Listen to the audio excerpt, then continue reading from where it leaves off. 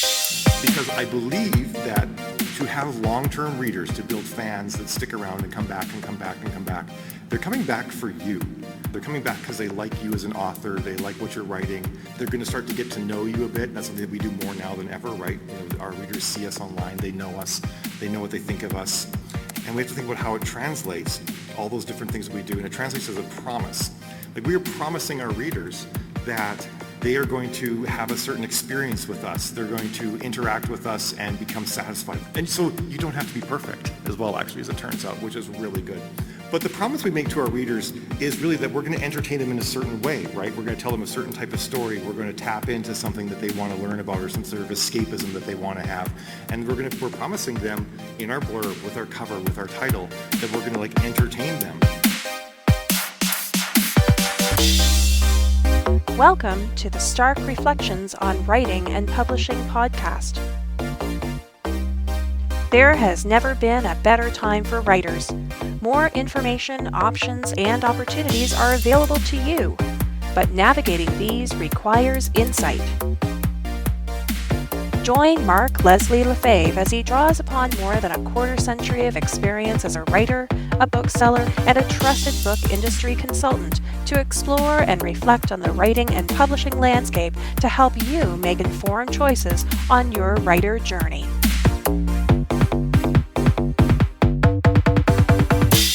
Hello, Reflectives, and welcome to episode 221 of the Stark Reflections podcast. This is your host, Mark Leslie Lefebvre. In today's episode, I am going to share some highlights, just a few highlights from the awesome 20BooksVegas conference that I just got back from.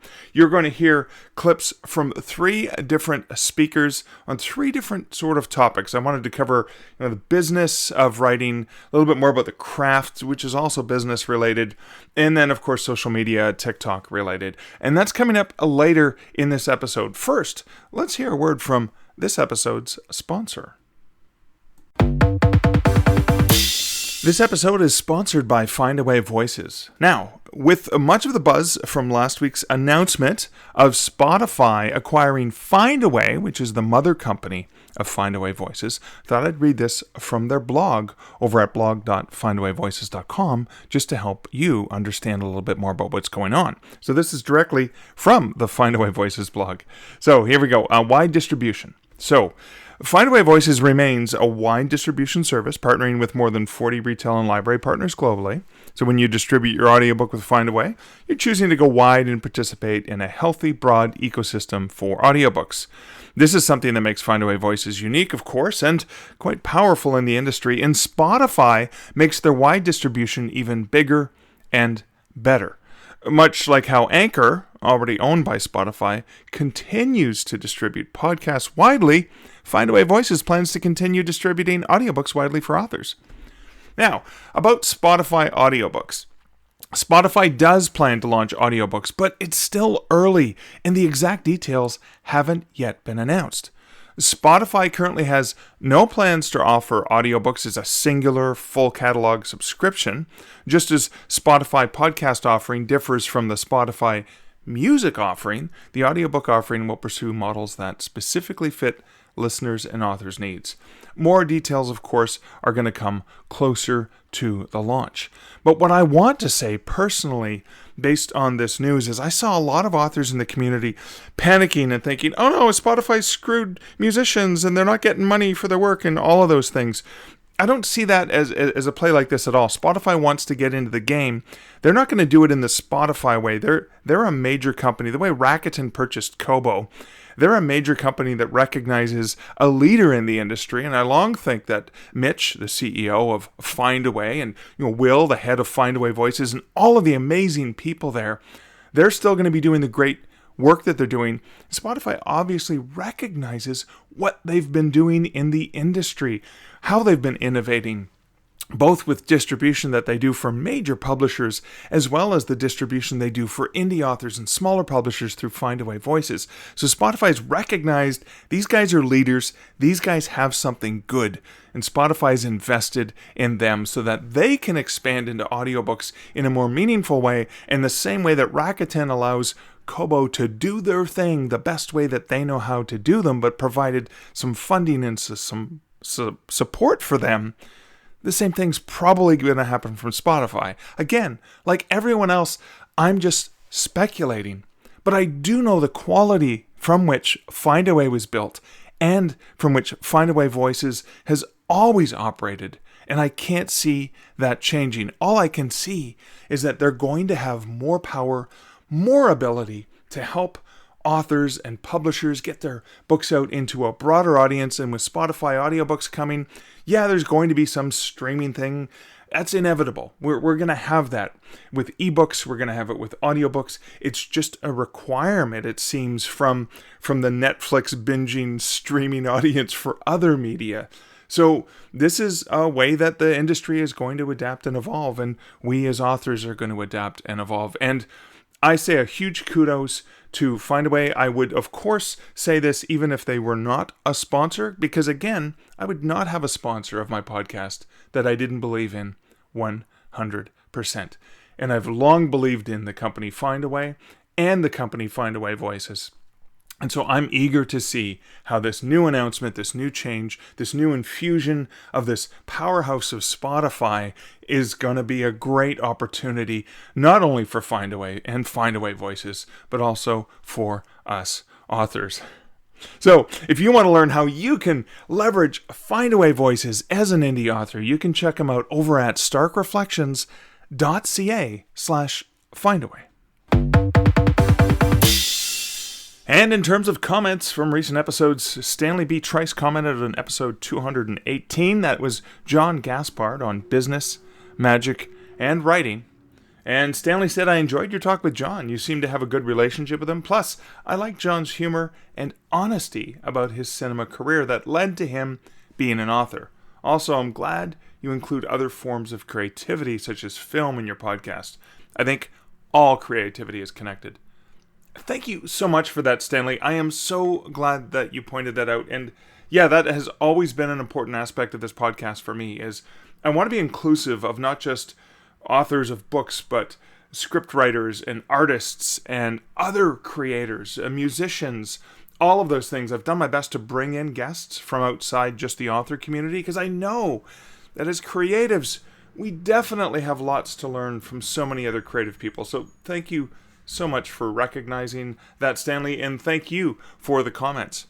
If you're interested in leaving a comment, you can leave a comment over on any episode of starkreflections.ca. You can also email me, mark@markleslie.ca. You can @me on Twitter. I'm @markleslie. See, you don't have to spell the whole LaFave thing. That's just way too much work for people. I can't do it half the time. Anyway, that's it for comments. Let's get on to my personal update. All right, in terms of a personal update, I just flew back from Vegas, and boy, are my arms tired. No, in all seriousness, I was exhausted the entire time. Now, 20BooksVegas was a phenomenal conference. So many tracks, so many great speakers, etc.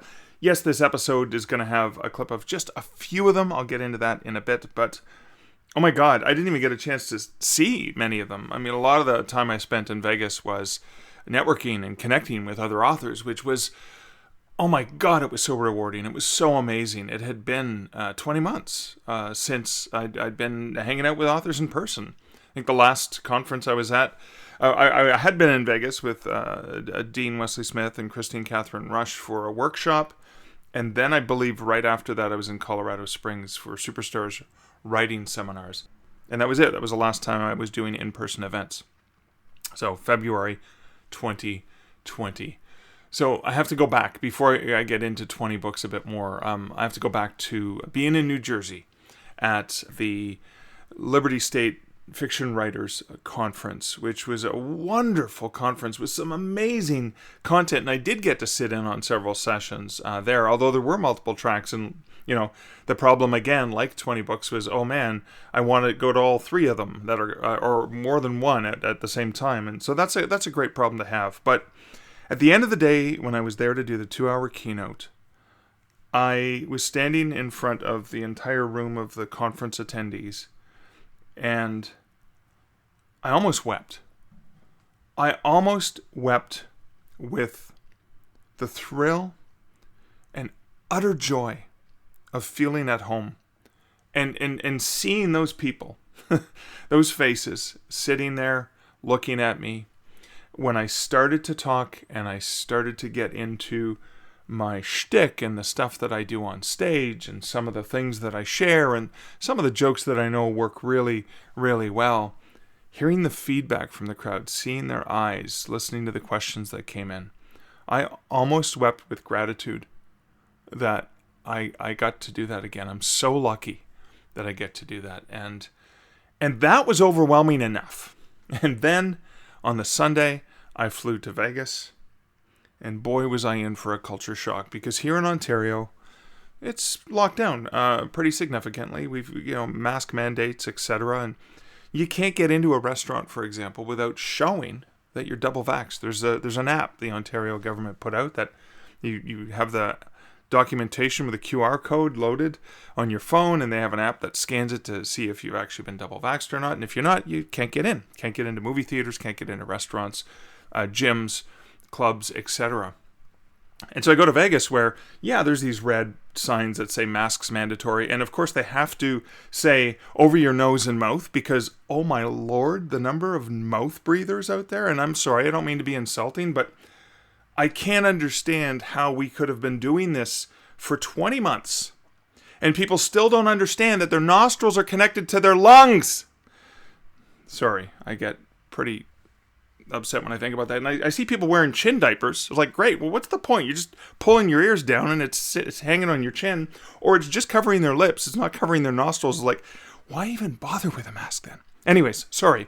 So there's these big giant signs, probably mandated by the Nevada government or the state or whatever, or the city, who knows, that says, thou must wear a mask at all times inside, which kind of seemed to be a loose suggestion of sorts. So there I am, isolated boy from Ontario, Canada, in the center of debauchery on a good day. I mean, come on, Vegas, right? What happens in Vegas stays in Vegas. In the middle of a global pandemic, where who knows if people are vaccinated or not, or who's walking around with what, whether it's a syphilis or COVID or whatever it is. And so I realized after only 20 months, like not even 2 years of the isolation I'd had and sort of just being restricted and not being able to get out and about, just how overwhelming it was for me to be around so many people. I mean, I felt it a little bit when Liz and I were at the movie theaters a couple weeks ago, but oh my God. And I didn't realize, I was so happy to see people. And yeah, of course I hugged people. You're damn right I hugged people. I mean, because, we had a mask on and it's a hug. It's not like I was breathing in their mouth or anything like that. So it was so wonderful to hug so many people, even shake hands. Now, of course, shaking your hands because people are wiping their nose and eyes and stuff. So I was constantly using hand sanitizer, but elbow bump if people wanted that, high five in the air if people wanted that, if people were in for a hug, I'm all in for a hug, handshake, whatever. I love people, and that was amazing. Just being there with so many authors I hadn't seen in so long. But I realized, and I didn't realize this right away, I think it was midweek when I realized, I've been getting a full 6, sometimes even as many as 7 hours of sleep. Although I wasn't sleeping well, but I was getting more sleep than I normally get. And I seem to be acclimatized to the time zone shift, because I got an extra hour of sleep, right, on the Sunday, because that was when it was fall back for the time change. But I was exhausted the whole time, and I realized I was exhausted because there was an underlying anxiety I wasn't even consciously aware. I mean, I was consciously aware of some of it, but I wasn't consciously aware of just how much it was affecting me. I didn't get much writing done in the hotel room, and I thought I would, especially because my body was getting me up at 3 a.m, which would have been 6 a.m. my time, which was late for me. Even if I went to bed late, and I did, I had several wonderful nights with some friends going out for some beers away from the Strip. I'm not a big fan of the Strip, the Vegas Strip. I'm not a fan of those tourist centers. I was so delighted to go, 3 nights in a row, actually, with Kevin J. Anderson. A few times with some friends, other friends from the industry, going to the brewery district or the arts district, where they had a dozen breweries there. One night we did have dinner with Dean Wesley Smith and Christine Catherine Rush, which was amazing. It was Dean's 71st birthday, so that was great to see them and a few other of their close friends from Vegas. But yeah, that felt good. Going out and getting away from the noise and just the bustle of it all was really good for me. But yeah, everything felt good, but this underlying anxiety was causing me to be exhausted. And it took me a few days after I got back to finally get back into me, into the thing that I got used to. And yeah, I love people, and yeah, I'm looking forward to getting out again. And oh my God, what an amazing conference. Craig and all of the volunteers at 20 Books did such an amazing job. But I was, obviously, little old Canadian isolated Mark was anxious, and it was having an impact on me. But that all being said, a phenomenal conference, and I wanted to, there's so many tracks, and I'm going to have links in the show notes over at starkreflections.ca for this episode. There's so many great tracks, so many things. I got to see quite a few of them from the main room because the Draft to Digital booth was there, and that was fantastic, but I couldn't see most of them, and I had meetings with people and lunch meetings and things going on, so I wasn't actually able to go to all the things I wanted to. But what I love about Craig Martell and even the 20 Books mentality is the desire to help others as cheap as possible or free. So again, like the cost to get into the 20 Books conference is very, very affordable. The hotel room, I think it was $95 I paid for the hotel room. That was amazing. You don't pay that much for a decent hotel room anymore. So that was phenomenal. But then the content is just free. Hey, anyone who wants access to this information can go get it. Now, obviously, there's benefits to being there in person and the networking and all the amazing people I got to see. But I love that about 20 Books. That is just this pay it forward. Let's help everyone. Let's help as many people as we can. And I so admire that about Craig Martell. Even when I asked him, hey, is it okay if I use some of the audio from some of the stuff, to share for free in a podcast? He's like, yes, of course. Share far and wide. I love that. I love that mentality. I love that attitude, which is why I have so much respect for him, which, of course, one of the reasons I wanted to bring him a Rush beer. But anyways, because he's a Rush fan, and that makes him cool, just like by default, right? But great conference. So I'm sharing 3 clips from this, from it. And again, I did see Mal Cooper on stage a few times, and this is one of Mal's talks, Finding and Keeping Fans, and it's about a 10-minute clip or so from the talk. So there's the full 90-minute actually talk that you can watch, which is phenomenal. There'll be a link to that, of course, in the show notes. And then Carolyn Peckham, who is a YouTube sensation with over 40,000 followers on YouTube and just really amazing creative. She is a writer, but amazing creator on TikTok. And she did an amazing talk on starting and growing your TikTok platform. And I thought because of all the bustle going on with TikTok, I have this, something from early on in her chat, which I think would be helpful if you're interested in trying to navigate and figure out what TikTok is all about. She does such a great job of explaining it. And Kevin McLaughlin, who I did not see his talk here, but I have seen him talk, and he is a brilliant creative, and he did a talk on the 5 pillars of indie publishing. So I share the first 2 that he shares in a bit more detail, and then we get into the third one as a bit of a teaser. But you'll have to watch the full video to get all 5 pillars, because I wanted to give you a sample of 3 of the talks that I knew were stellar at this conference, and encourage you to check out so many of the other ones there.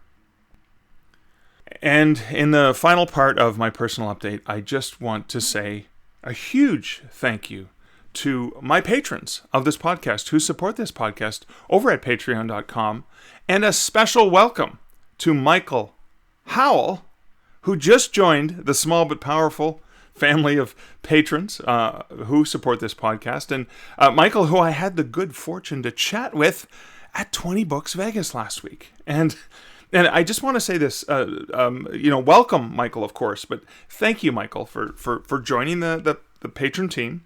Thank you for your kind words via both the Patreon message that you sent me when you became a patron, as well as what you said to me when we were in person.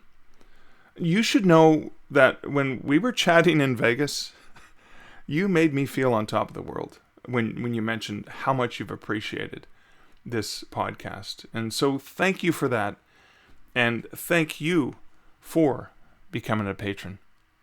Now, Michael, please check the RSS feed on Patreon for the special audio feed of the additional patron podcast episodes for you and all the other patrons there. Just yesterday, I released the audio. So yesterday would have been Wednesday. It would have been Wednesday, November 17th. I released the audio for my Killing It on Kobo talk from 20 Books Vegas. So over the next few weeks, I'll also be doing the audio from my Wide for the Wind talk and the panel on Apple Books. And yes, these presentations are available for anyone to watch for free at any time on YouTube, and there'll be a link to them in the show notes. But what I wanted to do for my patrons is I took the time to import the audio from them, to load to the feed, to make it easier for patrons to consume this audio in that automated, hands-off feed way that can actually be quite handy for people. So I just, again, wanted to give patrons extra opportunity and extra chance to get quick and easy access to it, even though everyone has access to the full video, etc. So you keep an eye out for that in the show notes. And then the other great thing, now that Michael has joined the patron, I've now reached that $100 threshold. Yeah, whoa, hey, baby. Where I'm going to be now doing a special Ask Me Anything Q&A style podcast episode every month. This is for patrons of the podcast. It's going to be an hour-long closed video chat where I'm going to invite my patrons to hang out with me for an hour and ask me anything. And then that'll be available in the feed. So that's an exciting thing that I think will be a great opportunity for me, as well as for my patrons. And again, people getting access to hear the voices of the patrons, if they're willing to have their voices come on air. If not, there'll be an option for them to post text comments, and I can read it for them, for those who are too shy to have their voices heard. But I really want to share that part of the community. And so thank you, Michael, and thank you to everyone who supports this over at patreon.com. Well, that's it for my extended and lengthy introduction to this episode. Why don't we get right into the content, the highlights from 20 Books Vegas 2021.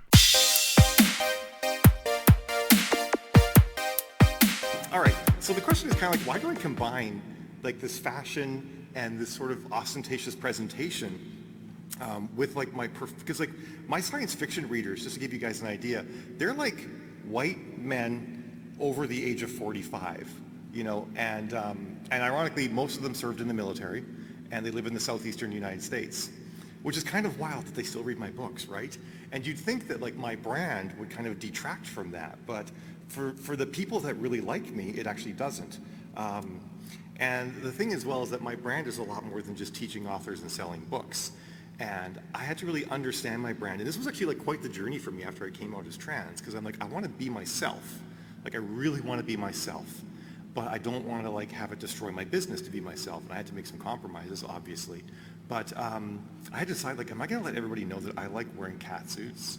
And cat's out of the bag, right? Like, I think everybody knows that. And like, am I gonna let like everybody know that I actually really love wearing latex clothing? And I think you guys now know the answer to that one too. Because a lot of people like, don't share too much of yourself. Don't be too honest with the people, with your fans. Don't put too much of yourself out there, because what if they won't like you? That's a big fear. And I had that fear too. But I literally gave a lot of deliberate thought to this, to how I was going to build my brand, how much of myself I was going to share. And I don't share everything, obviously. Like, there are parts of my life that are personal and private, and I don't share them with everyone. But there's a lot of parts that aren't personal and private, or they are personal and private, and I share them anyway. That could happen too. And I actually like talked to people, I sought advice, I talked to my readers, and actually kind of like deliberately built my brand. It was even to the point where after I first came out as trans, I only wore blonde wigs in author contexts, because I wanted people to remember who I was and to make an association like, oh, that's Mal, because I can kind of look wildly different sometimes, and I wanted to make sure that I was consistent in how I presented myself. I just talked to someone in the bathroom who actually loves wearing bright colors, but their author brand is being dark, so they wear dark clothes and have their hair dyed like a burgundy color, because that's their brand. I'm like, that is devotion, because for me it's just a wig, right? But I'm like, damn, that's hardcore. I respect that. I guess her daughter wants her to have blonde hair again, which I like blonde hair, so I'm with that. But some of the things people told me after I came out, and as I was like sort of figuring out who it was, they said like I'm brave. They admired the pride I had. They admire my courage. They think of, when people think of me, they think of like fashion and cat suits. This is both my visual brand. But there's stuff behind all of that. And what it really is it's authenticity. Like I needed to be my real self, and that was really important for me. And it's not actually as important for everybody else. You might be able to make an author brand that isn't authentically you. It's like a costume you put on, which is okay. But for me, I wasn't able to do that, and I had to understand that before I could start building my brand. My pride is a denial of shame. I actually don't believe in the concept of shame. I think that shame is a lie, and shame is entirely based on other people's expectations. It comes from other people, it doesn't come from inside yourself. So I reject the concept of shame. Yeah, right? And actually there's studies that have shown that the happiest people are the people who live without walls and don't have shame. They're always the happiest people, basically. Self-actualization, like I had to really become myself. And people see that as courage, but it's just like, no, I have to. I have no choice anymore. And I don't like living in a box. I'm like my own person, and I want to be different. And I really do believe in positive body image as well. I feel that so often the society that we live in has told us that we have to be ashamed of our bodies, and that like seeing a naked person is ew, and stuff like that. And that people should hide themselves, and you have to look a certain way to be acceptable or something like that. And I reject that. Like I gained 25 pounds over COVID, and I'm wearing this, because I believe that I should be able to wear what I want and enjoy it, I had this was better in my head, this part, but you guys get the picture. I rehearsed this like 15 times. I think I spent 80 hours on this presentation. It's like, so you better like it, or I'll cry. All right. But I also have an intellectual brand, and as an author, you will have this as well. You will have a visual brand and an intellectual brand. How much of you share of yourself may determine how much of these things are out there. But people, they see me as an ads expert. They think of me as a marketer. People think of me as like a production machine because I wrote over 100 books in 4 years. I do have co-authors, but co-authors I find don't actually accelerate the process. They just give you new ideas you wouldn't have thought of, which is worth it, but it's not. I don't view them as a speed thing. People think I'm like living the dream, right? I'm like a full-time author, and I actually, just side note, I only work 5 hours a day. So that's pretty awesome, right? Like 5 hours a day. And I burned the midnight oil for quite a while to get there. So that's sort of like, hey, you can actually put in the work and reap the reward. It can work. And then people see me as a consultant, someone that does paid consulting work. But that's all. There's actually other parts of me that are behind that. I have an eagerness to share, and I love sharing information. And if I didn't need to eat and buy cat suits, I would do it for free. I love to engage with people. I like, it's fun, it's enjoying. I like to listen to people and hear what they're saying and whatnot. And I do believe, this is a saying, I'm such a hick, right? Like, you would not imagine. I grew up on like a farm. Like, I was like, I was like working the poles behind cows and playing in grain bins as a kid and stuff like that. But yeah, you make hay when the sun's up, right? So I'm like young and my fingers work and I can write and I have ideas. So I wrote as much as I could, I was writing like 16-hour days at some point just to get the backlist up so that I knew, because you always hear this is a feast or famine business, right? So I knew that like, okay, the famine's gonna come and I wanna have a massive backlist so that when it does come, it can keep me going. And I've released just like 4 books this year. And my peak year was 42 books or 44 books. And I might not release another book this year. I'm not sure. The last one was in April because I did so much work building so much of a backlist that now I can just market my backlist, and my ROI is actually higher. My bottom line is higher because I don't have the production costs, which is kind of wild. Even though at top line I'm making less money. I gain motivation from being happy, and I have a love of teaching, which is a lot like the eagerness to share. So I'm like, why am I telling you all this? But it's because I think you need to go through some of these exercises yourself to understand what your brand is, and then to understand how you present yourself to readers. Because I believe that to have long-term readers, to build fans that stick around and come back and come back and come back, they're coming back for you. They're coming back because they like you as an author, they like what you're writing. They're going to start to get to know you a bit. That's something that we do more now than ever, right? Our readers see us online, they know us, they know what they think of us. And we have to think about how it translates, all those different things that we do, and it translates as a promise.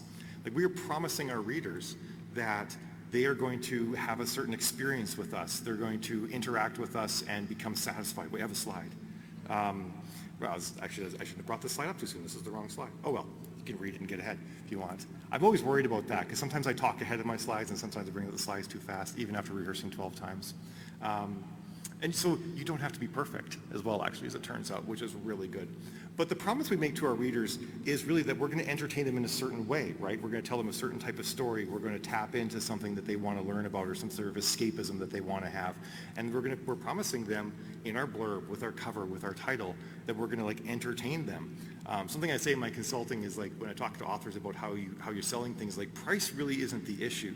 What you're doing is you're actually selling readers on the promise that you can entertain them for 5 to 10 hours and not have them want to kill you afterwards for like boring them to tears, right? Like that's the real commitment, that they're going to enjoy reading our book and the time that they spent. And you're not going to get one of those, wow, I wish I could have those hours of my life back kind of reviews. So you always have to live up to that promise. And I think you have to, everybody's promise is different. And it's a promise both that you're making to yourself and to your readers. I actually write this stuff down on a sticky note.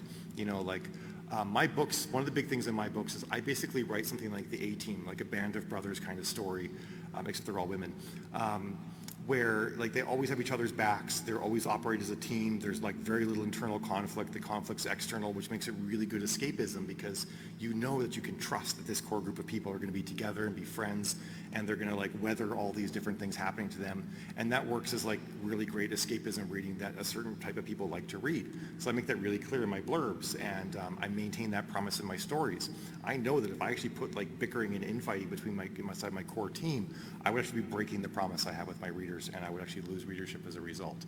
And the interesting thing is you can find out what the readers think your promise to them is by reading your reviews. You'll see it in there. You'll see the things that they say that they like, the things that they're glad you didn't do, and stuff like that. That will all be in your reviews, and you can understand what the promise is that, because there's two promises, right? There's the one you're making to your readers, and there's one they've interpreted.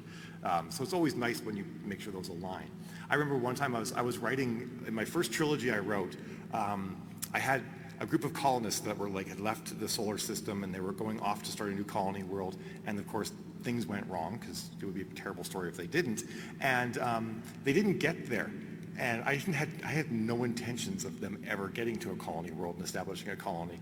But a lot of my readers were like, wow, I sure can't wait for them to get to that colony. Like, I'm really rooting for it and whatnot. I'm like, oh shit, the readers expect them to actually do this thing. And there was enough of it in my reviews, and even like readers reaching out to me and emailing me and whatnot. And I'm like, apparently I made them a promise. I didn't realize it, but I did.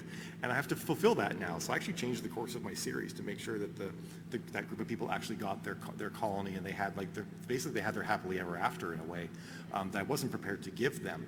So it's a really important thing to understand. And it seems kind of like, almost like foo-foo and superficial, but like that's how you keep the fans long term.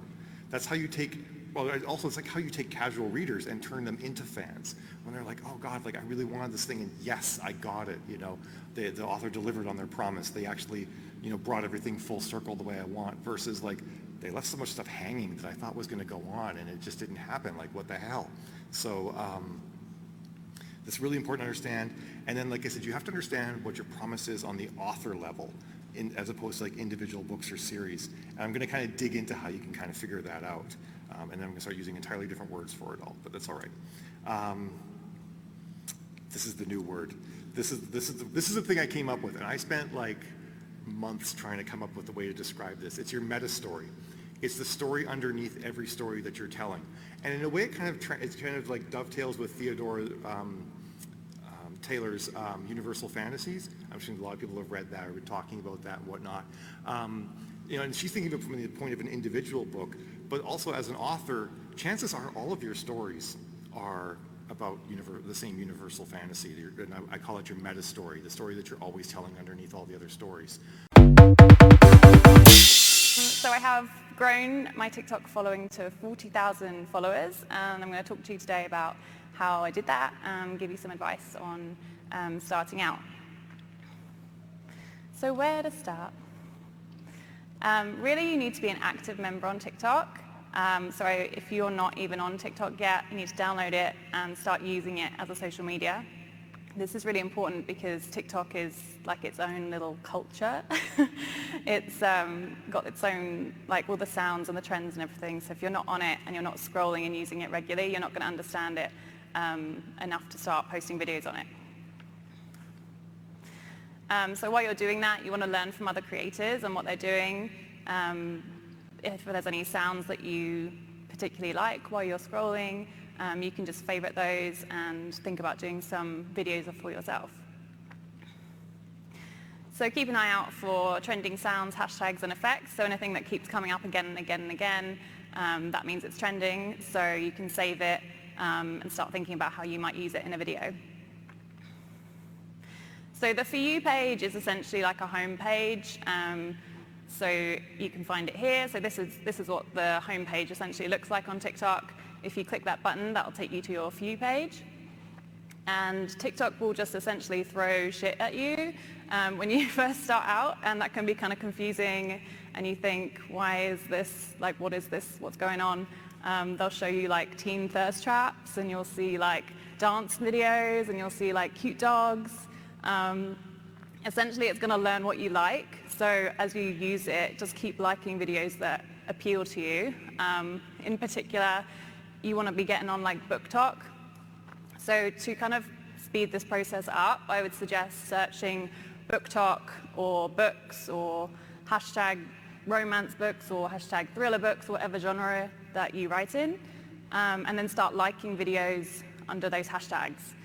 The algorithm will learn quickly then what you like and will start showing that to you, and that's where you want to be. So there's two TikTok approaches that you can take. The off-screen approach. So this might appeal to people who don't want to have their face on camera or find it quite nerve-wracking to start out by doing that. So you could start with something like this, which is a little bit less intimidating. So examples of an off-screen approach would be flicking through pages in a book with like a quote or a hook written on the screen, filming like aesthetics of your books. You could do cover reveals, book trailers. And I'm going to show you an example of flicking through the pages of a book, which is something that a lot of authors use and can be really quite effective.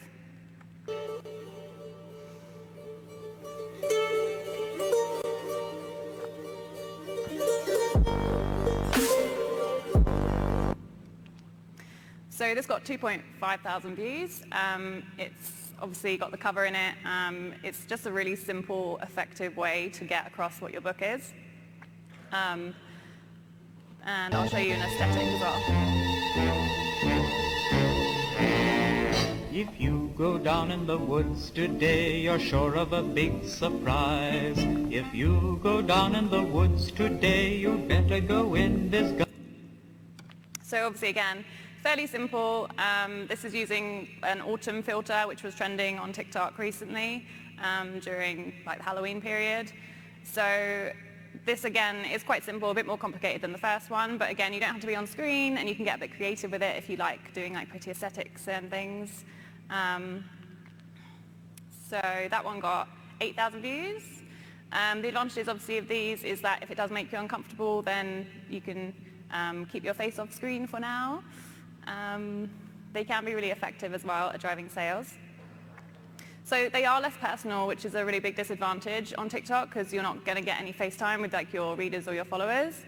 And they can be repetitive, so you have to be aware if you are doing like the page flicking ones consistently, then your followers might not stick around because they want like engaging content on TikTok. So be aware of that. So this is my favorite approach. So I do on screen, which means your face is in it. So some example of that is obviously doing trends. Now this is the biggest advantage of doing this type of video. TikTok is all about trends, which means you can use the sounds. You can do like the miming and all these kinds of things that are part of the trends, which I'll talk more about in a minute. So yeah, another thing you could be doing is answering questions from readers, do little skits from your books, which is something I like to do, and doing readings from your books as well. So I'll show you some examples. Who's that Pokemon? It's Pikachu! It's Clefairy! So I like to mock my readers tirelessly over cliffhangers. They love it. So this is like a trending sound. This got 14.6 thousand views. Now this might seem a little weird to someone who's not used TikTok before. The sound is like, what does that even mean? But what you'll find is when you're using it a lot, you'll kind of get the meaning of the sounds. This is obviously like a, you think you're getting one thing and then you get the other thing, and it's as simple as that. You use captions on the screen to essentially say what you're trying to say instead of the words that you're really saying, if that makes sense. So this is another example of a trending sound, and I'll just let you see it. Help is on the way, dear! Mrs. Doubtfire! Help is on the way! So my neighbors 100% saw me do this 10 times. But it did get 10,000 views, so it was absolutely worth it. These are a little bit more personal, so if you're doing face-to-face, followers love this, and your readers, they get a real good connection with you doing this. Basically, I just make a complete fool of myself all the time, and they lap it up, so it's great. It allows you to engage in trends, so using the sounds and being able to do these kind of the miming. I'll show you some more about trends in a minute. And this is way better at getting followers because this content is more engaging. If it's funny, if you make someone laugh, they're going to follow you, or they're more likely to. And then when you start pushing your books a bit more in other videos, they're going to maybe then go and read them. So they are more time consuming, especially when you start out. This is something that you have to get used to. Doing the different transitions and everything takes a little while, but then once you've got that down, they can be done quite quickly. I would not like the first one, would only take me 5 minutes now. Second one was a little bit longer because I had to do it a few times to get that roll just right. But yeah, they can be fun. So like you can see it as like a new little project. It's I enjoy doing these, which is a good part of it as well. This obviously is more daunting if you are concerned about getting on screen. The first one is more simple, so you could try out something like that first, which might feel a bit more comfortable just as you're getting used to it. Oh yeah, and it's a new fun way to feel critiqued, because don't we all just want to be judged more as readers, as writers? So building your following from nothing. Don't waste your first videos on TikTok. This is like a rumor, but I hear like that you basically get a bit of an algorithm boost for your first videos on TikTok. So if you've just got like a new account, or you're just posting like videos of your dog, like I did. The first 3 videos I did were of my dog. The next row is me trying to do like little ads without doing trends at all. These numbers seem better than like they were. These were more like 75, but now because I've got a big following, it gets a bit of a feedback, which means they're up to about 1,000. But yeah, don't do that. So you can obviously bring over your followers from social media. If you've already got a following on Facebook or Instagram or a newsletter, make sure you let them know that you're on TikTok. You can post little videos in there as you do them as well to encourage them to come over. So initially you're going to want to cast your net quite wide with your videos. So you want to go for like broader topics rather than trying to push your book straight away, because this will help you get followers. So this is an example of a broad video. This was my first video that did well on TikTok. And basically I'll just let you see it.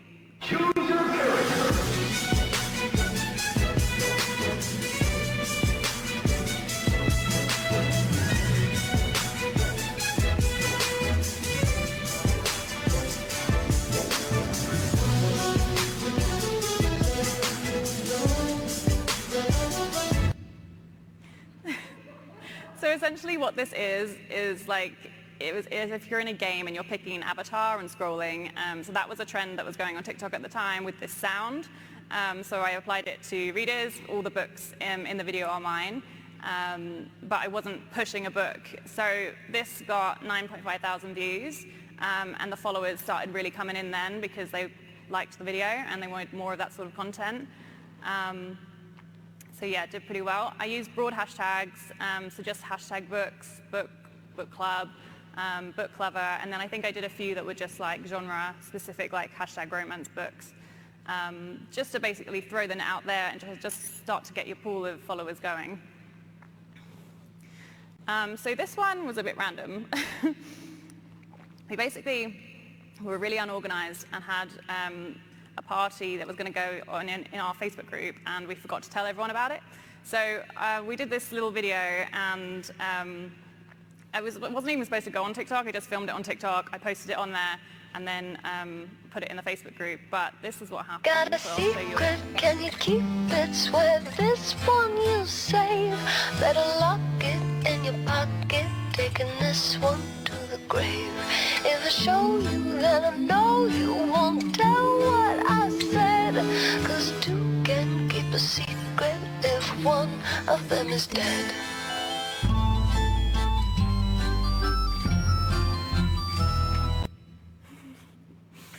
So that got 36.5 thousand views. The reason I'm showing you this one is because it was a really good hook, and looking back on it, having that little secret thing and just getting straight into having this little maze and stuff going on worked really well. This pushed loads of followers to our Facebook group from TikTok and got followers on TikTok. So you can think about using in different ways. You don't have to just be thinking about pushing your books. You can be thinking about growing or following on other social media as well. So in the caption of this video, we just said there's a big surprise in our group, link in bio.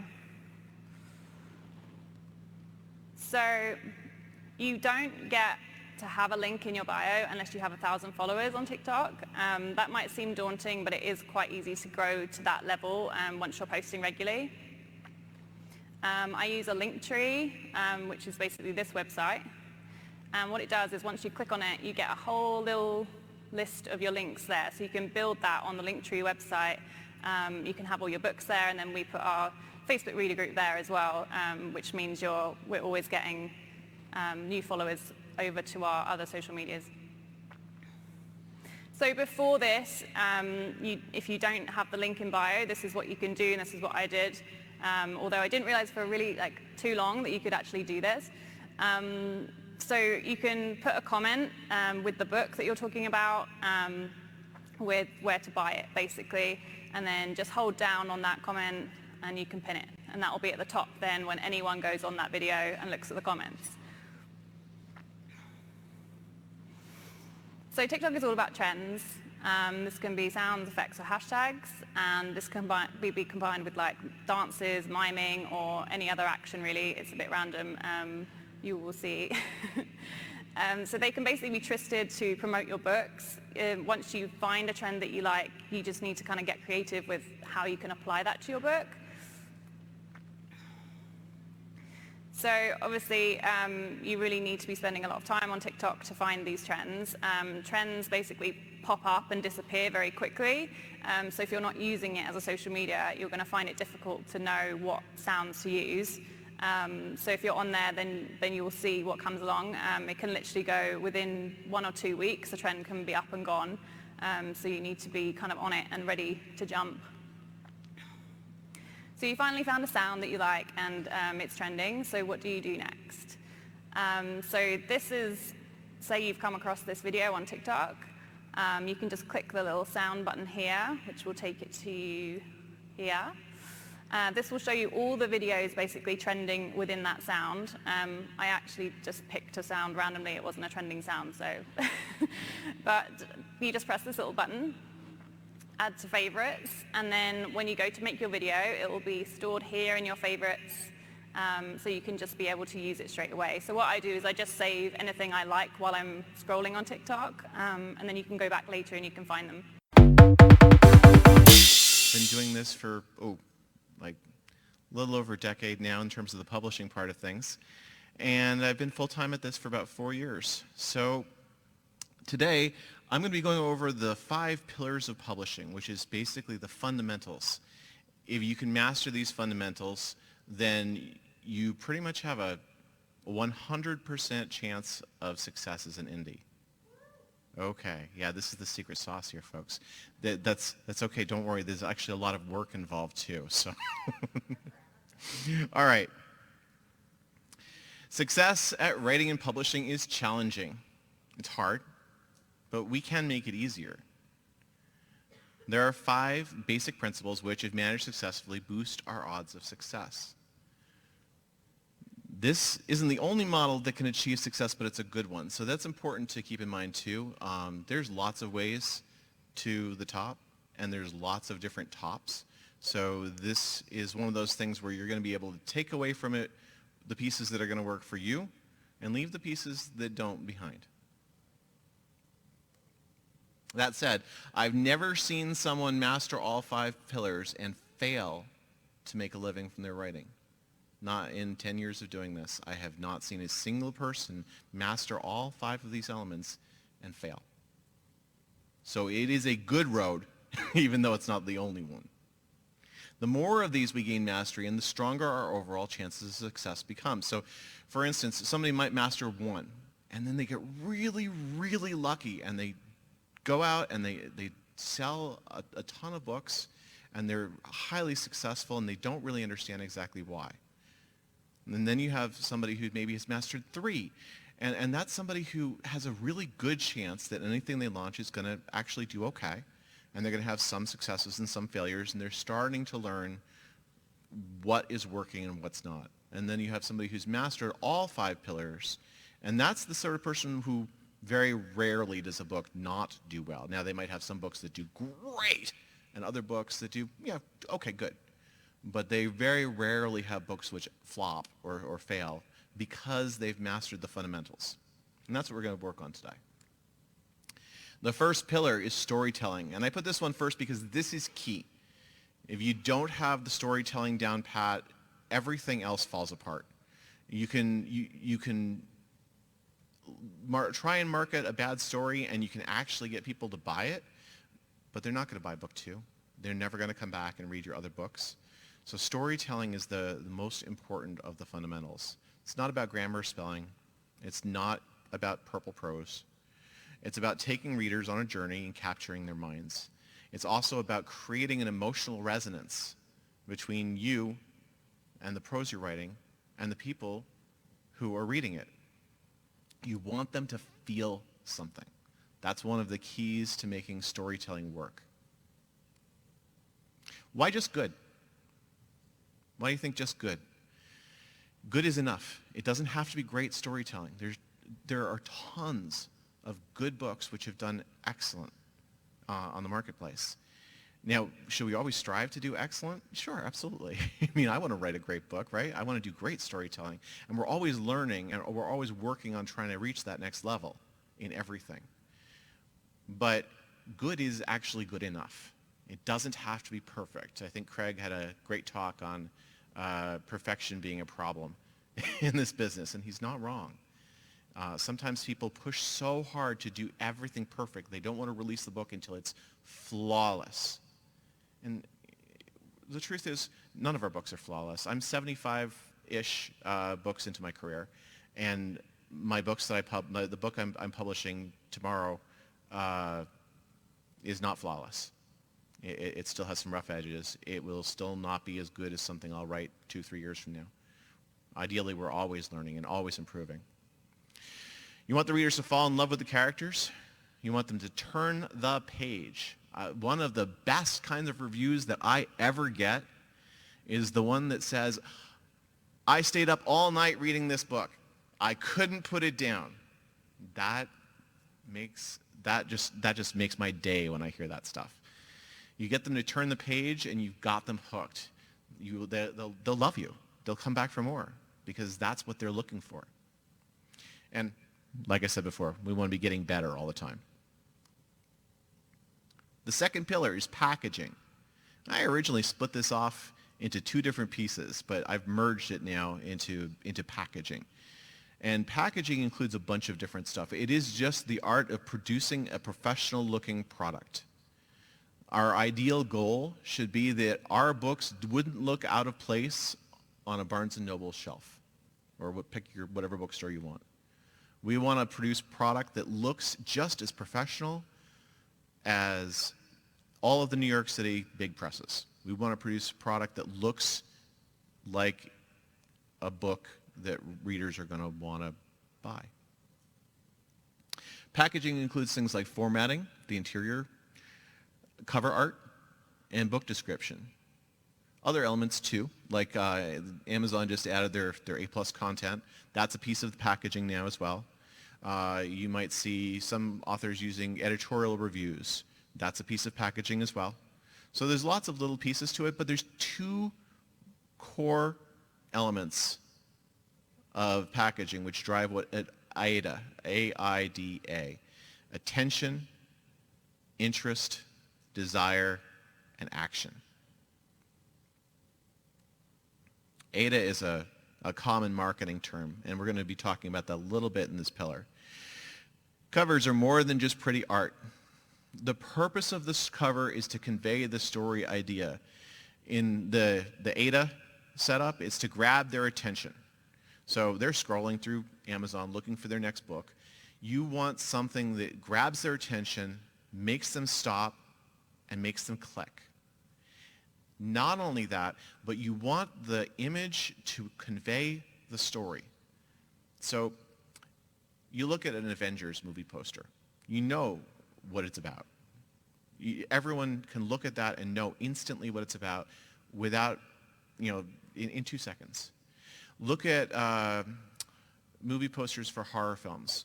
If you put one horror movie film among like a dozen other posters and ask everyone in the room here to pick out the horror movie, everyone will get it right. And that's because Hollywood spends an enormous amount of money studying exactly what makes their viewers tick and creating triggers that engage the reader's understanding. Different fonts tell readers what the story is going to be like. Different types of imagery tell the readers what the story is going to be like. Really famously, there was a military science fiction author who was writing these stuff about big space fleet battles and stuff, great books.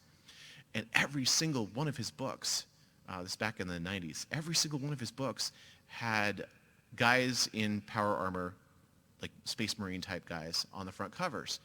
And he complained to his publisher. He's like, what's, there are no Space Marines in my books. It's all spaceship battles. And they're like, that is the shorthand for what military science fiction is. That, at that particular moment in time, was the shorthand that told readers this is a military science fiction book. If it was spaceships on the cover, that would have told them that it was a space opera instead. So it's important to create something that is similar but different based on the other books that are very much like yours. It's not about creating a book that has an exact replica of a scene from your story on the cover. It's not about having the prettiest artwork on the cover. It's mostly about telling readers what the story is about and what the subgenre is at a quick glance.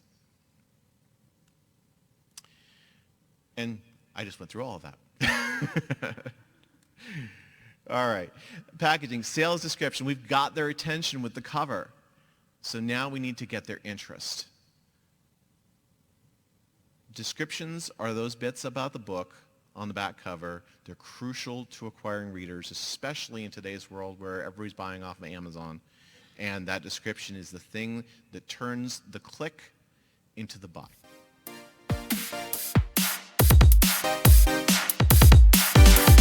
Well, that's it for this episode. I am going to forego the post-chat reflections. I had originally been planning on doing a bit of a chat between each of the talks and reflecting on them, but I realized I'd rather give you more of their talk, so I opted to give you a little bit longer clips than I originally planned, because you're going to get some really great value out of that. I would be curious to hear your reflections on some of this content, or on any content. You can leave comments over at starkreflections.ca. So, as I said, that's it for this episode of the Stark Reflections podcast. Thank you so much for listening to the podcast. Great to have you along for the ride, along for the Stark reflective journey.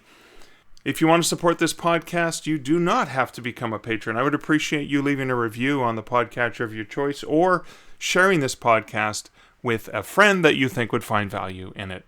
So thanks again for listening, and until next week and next episode, this is Mark Leslie Lefebvre wishing you great writing and good Stark reflections. Thank you for listening to the Stark Reflections podcast. You can find show notes for each episode at starkreflections.ca.